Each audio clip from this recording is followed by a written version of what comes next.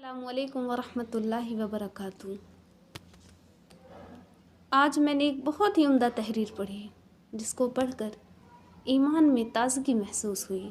ایسا لگا کہ کہ اس دنیا میں کوئی نہ ہو ہمارے ساتھ مگر ہمارا اللہ ہمارے ساتھ ہے۔ کوئی سننے والا نہیں ہے مگر صرف ہمارا اللہ ہے جو ہمیں کسی حال میں نہیں چھوڑتا، ہماری ہر بات کو سنتا ہے۔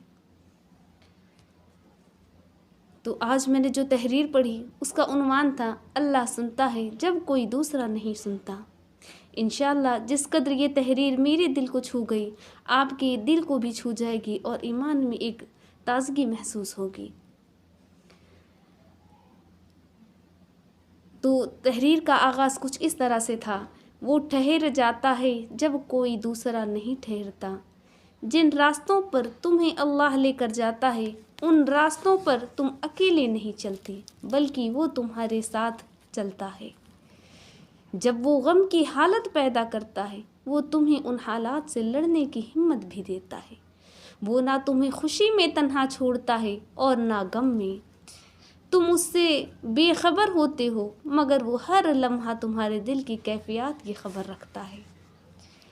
تمہارے ذہن میں خیال کے آنے سے پہلے ہی وہ تمہارے ارادوں اور ہر خوف کو بھانپ لیتا ہے۔ اللہ جانتا ہے کہ کب تمہارا ضبط ٹوٹنے کو تھا مگر تم نے خود پر جبر کیا، صبر کیا۔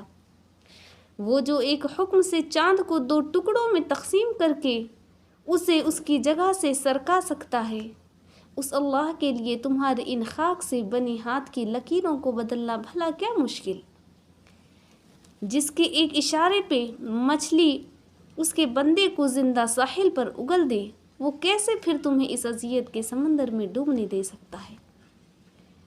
اللہ تمہاری دعائیں کبھی رد نہیں کرتا اور نہ ہی وہ تمہاری صداؤں کو نظر انداز کرتا ہے۔ وہ خالق کائنات ہے، اس کے اپنے معاملات ہیں، اس کے قبولیت کے اپنے طریقے ہیں، اس کا کن فرمانے کا اپنا ایک منفرد انداز ہے، اس کے اپنے رنگ ہیں جن میں وہ انہی کو ڈھالتا ہے جو اس کی مصلحتوں پر اعتراض نہیں کرتے۔ تمہیں بس یقین رکھنا ہے کہ جو تمہارا ہے اس تک تمہیں پہنچنا نہیں پڑے گا بلکہ وہ خود راستہ ڈھونڈ کر تم تک پہنچا دیا جائے گا۔ یہ دکھ تو بس تمہیں اللہ پاک سے آشنا کرانے کے لیے آتے ہیں اور اداسی تمہارا امتحان ہوتی ہے کہ کب تک انتظار کرتے ہو۔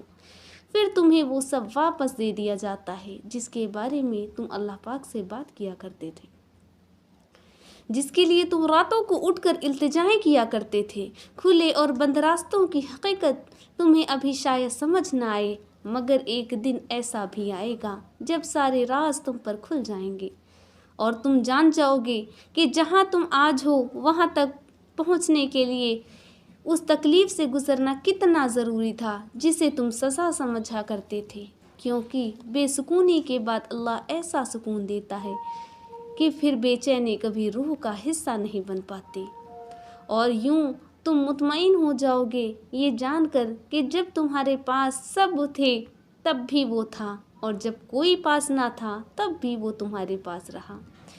آغاز سے اختتام تک بس وہی تمہارے ساتھ رہا اور پھر تم سمجھو گے کہ صرف اس کا ہونا کتنا بہتر تھا۔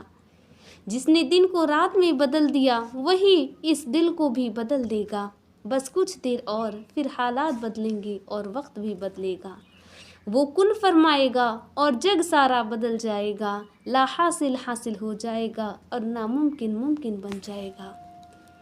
سبحان اللہ، کیا ہی دل افروز تحریر ہے کہ جس نے ہمارے ایمان میں ایک مضبوطی پیدا کر دی، اللہ پر توکل اور مضبوط بنا دیا۔ اس نے بتا دیا کہ کوئی نہیں ہے اگر ساتھ ہمارے تو میرا اللہ ہے۔ وہ ہمارے ساتھ تب بھی تھا جب کوئی نہیں تھا، وہ ہمارے ساتھ تب بھی ہے جب ہمارے ساتھ سب ہیں۔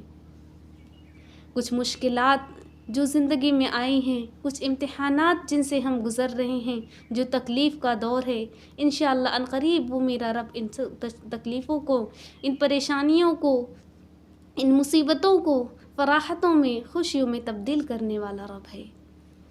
کوئی بھی مصیبت ہمیشہ رہنے والی نہیں ہے۔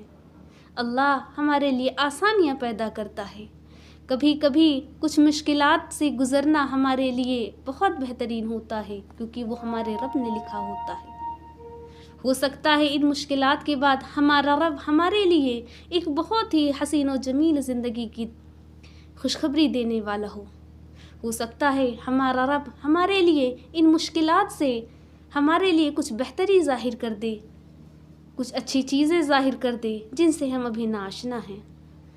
اللہ پاک ہمارے ایمان کو اور مضبوط بنائے، اللہ پر توکل کو اور مضبوط بنائے۔ تو آپ سے بھی گزارش ہے کہ اللہ پر اپنا توکل کبھی نہ چھوڑے۔ اگر کچھ مشکلات آتی ہیں، پریشانیاں آتی ہیں جن سے سب کو آشنا ہونا ہوتا ہے، اس روئے دنیا میں کوئی ایسا نہیں جو ہر وقت فرحت میں ہو، شادمانی میں ہو۔ کوئی خوش ہے، کوئی بہت خوش ہے، کوئی پریشان ہے، کوئی بہت زیادہ پریشان ہے۔ تو اس کا یہ مطلب نہیں کہ جو خوش ہے وہ ہمیشہ خوش رہنے والا ہے، یا جو بہت خوش ہے اس کی خوشیاں ختم ہونے والی ہیں، یا جو پریشان حال ہے اس کی زندگی ہمیشہ پریشان حالی میں گزرنے والی ہے۔ ایسا تو نہیں ہو سکتا۔ وہ ہمارا رب ہے، وہ تو ہمیں 70 ماؤں سے زیادہ چاہتا ہے۔ وہ تو اپنے بندے کی ہر آواز پہ لبیک کہتا ہے۔ وہ کہتا ہے میرا بندہ مجھ سے جس قدر معاملہ رکھے گا میں اسے اس کے اتنے ہی قریب رہوں گا، وہ مجھے اپنے جتنا قریب بلائے گا میں اس کے اتنا قریب جاؤں گا۔ اللہ تو کہتا ہے اگر میرا بندہ میرے سامنے ایک ہاتھ بڑھتا ہے تو میں 2 ہاتھ بڑھ کر اس سے ملوں گا۔ سبحان اللہ، یہ ہمارا رب ہی تو ہے جو اپنے بندوں کا ہاتھ نہیں چھوڑتا۔ تو ہمیں بھی چاہیے کہ اپنے رب پر توکل رکھیں، ہر مشکل پر صبر کریں۔ انشاءاللہ اللہ اس صبر کے بدلے ہمیں بہترین چیزیں عطا فرمائے گا انشاءاللہ تعالی۔ تو آپ سے بھی گزارش ہے اگر مشکلات ہیں تو ان مشکلات کو کوسے نہیں، اللہ سے یہ نہ کہیں کہ ساری مشکلات میرے ہی لیے ہیں، بلکہ ان مشکلات پر صبر کریں، اللہ سے دعا کریں، منہ سے بد دعا یا برے لفظ نہ نکالیں، بس اللہ سے دعا کریں کہ اللہ میرے لیے آسانیاں کر دے، اللہ میرے لیے ذہن سکون عطا کر دے، اللہ میرے لیے قلبی سکون عطا کر دے، اللہ ان پریشانیوں سے نکال کر مجھے بہتری میں ڈال دے، اللہ ان پریشانیوں سے نکال کر مجھے نیکیوں پر ڈال دے۔ بس اللہ سے دعائیں کرتے رہیں، اور انشاءاللہ عنقریب وہ رب آپ کی دعاؤں کو ضرور سنے گا انشاءاللہ۔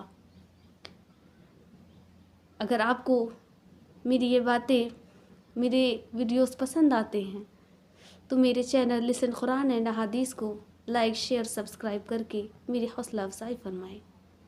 جزاکم اللہ۔